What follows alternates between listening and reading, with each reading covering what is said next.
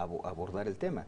Si el Estado y el gobierno entra y toma el control de algunas comunidades, de algunos municipios, pues es ante la falta de autoridad local que pueda defender a la sociedad y pueda enfrentarlos. Y bueno, el argumento pues es donde hay niveles de violencia importantes, pues es un poco como el tema de los bomberos, que por ahí escuché esa reflexión. Los bomberos siempre están donde hay fuego, pero eso no quiere decir que los bomberos hayan prendido el fuego. Los bomberos llegan a controlar el fuego, y en la magnitud del fuego tampoco depende de los bomberos. Pero lo curioso de acá es que sí hay una correlación, si hicieras un trabajo de correlación, entre días gobernados por el presidente Calderón y muertos asociados al crimen organizado. Tú y yo sabemos que correlación no es causalidad, pero sí es curioso que cuando los bomberos se vuelven más activos, hay más incendios. Y antes que los bomberos estaban como más, se hacían menos bien su trabajo. Los bomberos llegan donde está el incendio, no quiere decir que los bomberos... Sí, ahora, la pregunta es, ¿apagan el fuego o no solamente no lo apagan, sino que se prenden otros incendios? Yo creo que eso es lo que hemos visto, que sí vemos más bomberos, pero vemos más incendios. Ha habido varios estudios.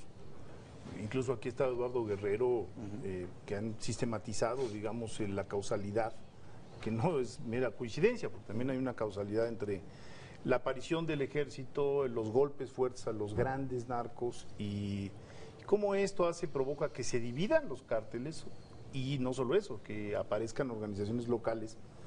Eduardo hizo, ustedes recuerdan, un conteo de las organizaciones locales y de los cárteles y pasamos de 11 a 121 en el 2010. Es decir, yo creo que eso es indiscutible. Puede ser una consecuencia no deseada, no esperada, lo que fuera, pero es una consecuencia. Y después, bueno, lo que también se ha desnudado es que las entidades federativas invierten muy poco en seguridad y en justicia, porque el apartado viene, digamos, viene unido, pero pues hay entidades de la República que invierten 121 pesos por habitante en seguridad. Entonces, bueno, una cosa llevó a la otra y ahora el hecho es que tenemos un escenario en donde realmente las fuerzas locales parecieran incapaces frente a los impotentes, frente a la violencia que se ha gestado. Con esto que señalabas, los giros a los que han tenido que digamos, han migrado, entre otras cosas, porque pierden los contactos para colocar la droga del otro lado. Entonces se van a extorsión, se van a secuestro de derechos locales. Y entonces los gobernadores también de pronto levantan la mano y dicen, oigan, pero es que esta violencia no estaba aquí hace 5 años. Y yo creo que ahí un poco, Federico, también es la lógica del negocio de la droga. Sí. Antes la lógica del negocio era mover la droga de un punto a otro, donde pues era parte del éxito hasta un muy bajo perfil, donde nadie te viera, donde nadie supiera. Al final de cuentas hay que reconocer que el problema cambió por muchísimas explicaciones que van desde sociales, en fin, México se ha vuelto un país consumidor en distintas zonas urbanas, sobre todo en nuestro país, y lo cual implica que el negocio ya también está en México, y el negocio cambia, el negocio se vuelve a un negocio de control de distribución territorial, y no solo eso, el problema es cuando estas bandas no solo distribuyen drogas, sino que también cruzan la línea y empiezan a extorsionar y empiezan a generar negocio pues en la sociedad que vive de otra manera, y parte del éxito de ese negocio es que te tengan miedo, que te tengan terror y que crean que tú tienes control sobre la plaza. Entonces cambia dramáticamente el tema del negocio. Ahora, ¿qué diferencia hay con esto en Estados Unidos? Yo creo que te diría que una diferencia fundamental es que en Estados Unidos, que pasa o puede pasar mucho de esto, hay instituciones policíacas locales que impiden que una extorsión común y corriente se vuelva la generalidad y que impiden que esto se vuelva un problema de seguridad nacional y se convierta en un problema de seguridad pública. Ahora, se escucha desde el gobierno federal, yo escucho, digamos, mucha apertura a ver alternativas.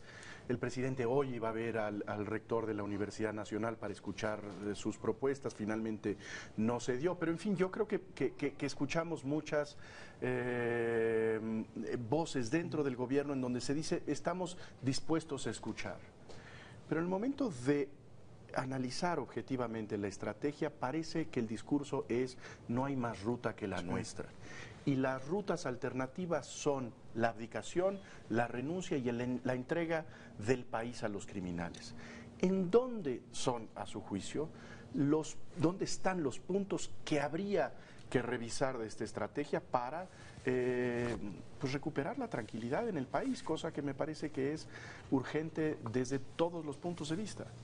Mira, yo creo primero que nada que, y la invitación sigue ahí, y de verdad sin menoscabo de las propuestas que han surgido. Yo creo que también, y hay que hablarlo con toda claridad, el gobierno siempre ha estado receptivo de escuchar sugerencias, propuestas, política pública concreta en parte de esta estrategia. Lamentablemente no siempre ha sido una propuesta concreta. Muchas veces pues son lugares comunes, más prevención, más cosa que el gobierno viene haciendo desde que arrancamos. Hay una inversión en cuestiones sociales de educación, de generación de empleo, de generar mejores condiciones para los perseverancia solamente. Yo creo que lo importante es tener un diagnóstico muy preciso de qué es lo que se ha hecho, pues para poder sugerir mejoras y adecuaciones a la estrategia. Si no se conoce la estrategia en su conjunto, y a lo mejor ahí el gobierno también ha sido omiso en no poderla transmitir. Pero sí, por ejemplo, tú me dices, lo que faltan son oportunidades para los jóvenes.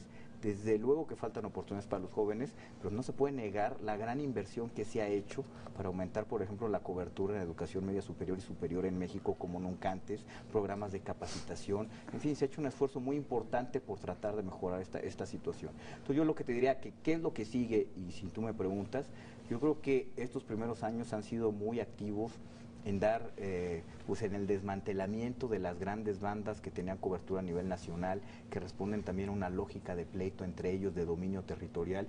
Pues el gobierno ha sido efectivo en desarticular muchas de estas bandas.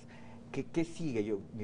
Si me preguntas, yo creo que ahorita el reto fundamental es tener cuerpos policíacos a nivel local que verdaderamente puedan defender a la sociedad y puedan de alguna manera pues tomar el espacio donde el gobierno federal, a través de su Policía Federal y las Fuerzas Armadas, pues llegaron a tomar control de la situación. Yo creo que ese es el reto ahorita. Policías confiables, equipadas, técnicas. Pues tenemos que discutir estos otros temas en un momento más. Estamos con el secretario Ernesto Cordera discutiendo el tema de la violencia en este momento, pero estaremos discutiendo otros temas en los siguientes 2 segmentos. Quédense con nosotros, un momento de corte.